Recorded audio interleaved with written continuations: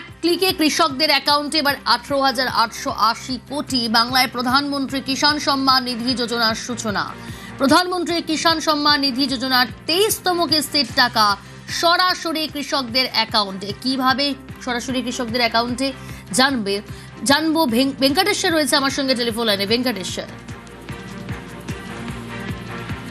তুমি জানো যে আগামীকালই রাজ্যে আসছেন প্রধানমন্ত্রী নরেন্দ্র মোদী এবং তারকেশ্বরে তার সরকারি অনুষ্ঠান রয়েছে, পাশাপাশি পশ্চিমবঙ্গ দিবস উপলক্ষে অনুষ্ঠান রয়েছে। সরকারি যে অনুষ্ঠান রয়েছে সেখান থেকে তুমি জানো যে প্রধানমন্ত্রীর যে প্রকল্প প্রধানমন্ত্রী কিষাণ সম্মান নিধি যোজনা, সেই যোজনার 18,800 কোটি টাকা কৃষকদের অ্যাকাউন্টে সরাসরি প্রধানমন্ত্রী সেখান থেকে সূচনা করবেন, অনুষ্ঠানের সূচনা করবেন এবং আগামীকাল থেকেই কৃষকদের অ্যাকাউন্টে সেই টাকা পৌঁছে যাবে।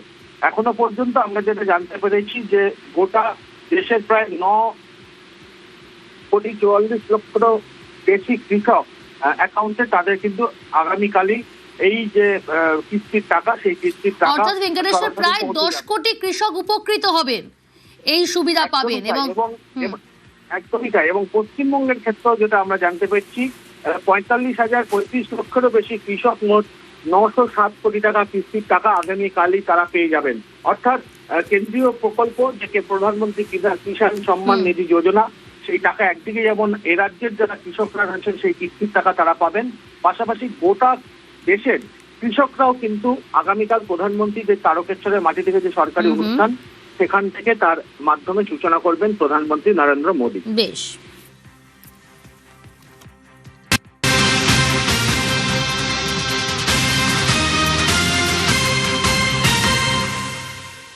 দুর্যোগের রাতেও চুরি, আর সেই চুরির ত্রাণ পাচারের চেষ্টা। ত্রাণ পাচারের অভিযোগে বিক্ষোভ হিঙ্গলগঞ্জে প্রাক্তন বিধায়কের বাড়ি ঘেরাও। 2টি ট্রাকে করে ত্রাণ পাচারের চেষ্টা। দুর্যোগের রাতেও চুরির ত্রাণ পাচারের চেষ্টা। অনুপম রয়েছে আমার সঙ্গে। অনুপম, দুর্যোগের রাত, সেই সময়ও চুরি, আর সেই চুরির ত্রাণ পাচার করে দেওয়ার চেষ্টা। কি অভিযোগ, কারা এই অভিযোগ সামনে আনলেন, পুলিশ সূত্রে এখনো পর্যন্ত কি কি তথ্য? দেখো প্রিয়াঙ্কা, এই যে হিঙ্গলগঞ্জের যে প্রাক্তন বিধায়ক দেবেশ মণ্ডল গতকাল রাতে দুর্যোগের রাত, বর্ষার সময়, সেই দুর্যোগের সুযোগ নিয়ে গতকাল রাতে 2টি ট্রাক ভর্তি করে ত্রাণের সামগ্রী, বিশেষ করে ত্রিপল, কম্বল থেকে শুরু করে বাচ্চাদের জামা কাপড় এবং যেসব কৃষকদের যেসব সরকার থেকে দেওয়া হয় যেসব সামগ্রী, সেই সব সামগ্রী সব রাতের অন্ধকারে দুর্যোগের রাতে ট্রাক ভর্তি করে নিয়ে অন্যত্র সরিয়ে দেওয়ার চেষ্টা হচ্ছিল। সেই সময় এলাকার মানুষ সরকারি ত্রাণ, ত্রিপল, দুর্যোগের রাত, এই দুর্যোগের সময় সাধারণ মানুষ তারা বঞ্চিত হবে। এদিকে দেখা যাচ্ছে বিভিন্ন জায়গায় তৃণমূল নেতাদের পার্টি অফিস, ওয়ার্ড অফিস, ক্লাবে মজুত করা সরকারি ত্রাণ ত্রিপল। আর হিঙ্গলগঞ্জে অনুপম এই ছবি, এই সরকারি ত্রাণ সেটা পাচার করে দেওয়ার চেষ্টা করা হচ্ছে। দুর্যোগের রাতেও বঞ্চিত করা হচ্ছে সেখানকার সাধারণ মানুষকে, হেনস্থার মুখে পড়তে হচ্ছে, তাদেরকে বঞ্চিত হতে হচ্ছে। প্রাক্তন বিধায়ক, যার বিরুদ্ধে অভিযোগ, যার বাড়ি ঘেরাও করা হয়েছে, প্রাক্তন বিধায়কের কোনো প্রতিক্রিয়া সামনে এসেছে বা বিধায়কের পরিবারের সদস্যদের? দেখো, এখনো পর্যন্ত বিধায়কের পরিবারের তরফ থেকে কোনো রকম প্রতিক্রিয়া সামনে আসেনি। তবে বিধায়কের এক ঘনিষ্ঠ, তিনি যেটা ক্যামেরার সামনে না জানালেও তিনি যেটা জানানোর চেষ্টা করেছে যে তিনি এই যে প্রচুর যে ত্রাণ সামগ্রী সেগুলো এসডিও বিডিওর আন্ডারে হাতে আর কি হস্তান্তর করার জন্য নিয়ে যাচ্ছিল। কিন্তু এলাকার মানুষের যেটা অভিযোগ যে যদি হস্তান্তর করাই হবে তাহলে কেন রাতের অন্ধকারে, দুর্যোগের রাতে চুপি চুপি কেন করা হবে? তাহলে সেটা তো দিনের বেলায় প্রকাশ্যে দিনের বেলায় করা যেতে পারতো। এবং সেই কারণেই কিন্তু এলাকার মানুষ বিক্ষোভে ফেটে পড়ে এবং রাতেই কিন্তু তারা সেই গাড়ির সামনে রাস্তা অবরোধ করে বিক্ষোভ দেখাতে শুরু করে। এরপর হিঙ্গলগঞ্জ থানার পুলিশ ঘটনাস্থলে যায় এবং এখনো পর্যন্ত কিন্তু সেই গাড়ি দুটি কিন্তু সেখানেই আটকে আছে এবং গ্রামের মানুষ কিন্তু সেই গাড়ি দুটি কিন্তু ঘিরে ধরে আছে। এলাকার মানুষের যেটা দাবি যে বিডিও অফিস, এসডিও অফিসের থেকে আধিকারিকরা আসবে এবং পুরো বিষয়টি তদন্ত করে তারপরে এইসব মালপত্র ছাড়া হবে। বেশ,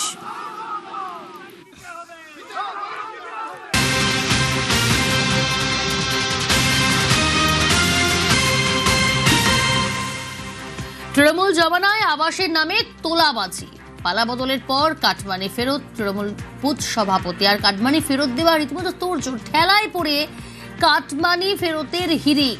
কোচবিহারের জোরপাটকি, সেখানে কাটমানি ফেরত।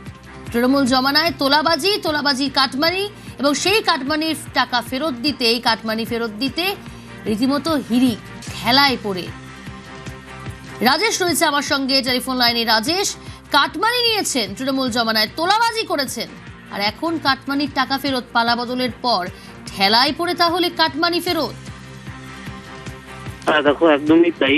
মাথাভাঙার বিভিন্ন এলাকায় কিন্তু এই কাটমানি ফেরতের ঘটনা প্রকাশ্যে এসেছে।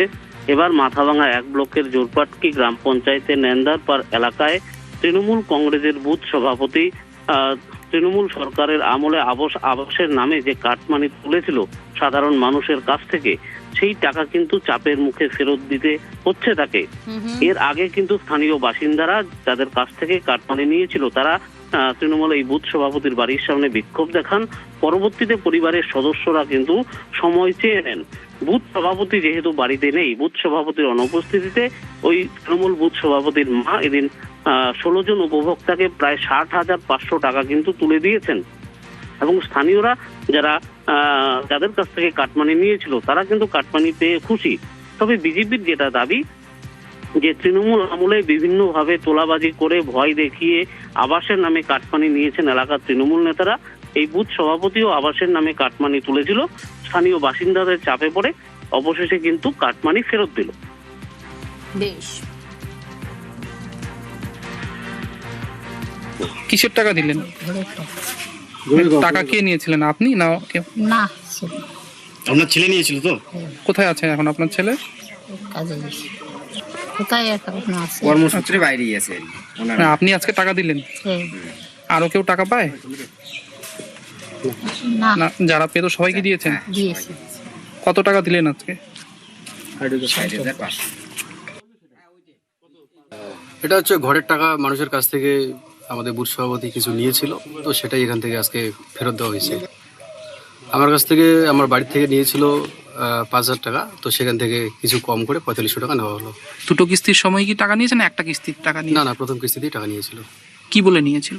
আমাদের ঘর ঢুকেছে, এবার তাদের খাটাখাটনি হয়েছে, কিছু পরিশ্রম হয়েছে, তার সুবিধে নিয়েছিল। আচ্ছা, আজকে টাকা ফেরত পেলেন, কেমন লাগছে? এটা তো ভালোই লাগছে। বিষয়টা হচ্ছে যেমন কর্ম তেমন ফল, একটা ব্যাপার আছে। এখানে তৃণমূলের সভাপতি সুবির বর্মন প্রধানমন্ত্রী আবাস যোজনা, সেই প্রধানমন্ত্রী আবাস যোজনা তৃণমূল সরকার আমরা দেখছি এটাকে বাংলা আবাস যোজনা বলে এরা পরিচালনা করছিল। সেই কাটমানির টাকা আজকে ফেরত করলো। টোটালি হচ্ছে 17 জন, আর টাকা দেওয়া হয়েছে 60,500 টাকা টোটালি। যারা টাকা দিয়েছিলেন সবাইকে কি ফেরত দিল, না আরো সবাইকে দেওয়া হলো? আরো কেউ বাকি রয়েছেন? না, আমাদের কাছে এরকম কোনো খবর নেই।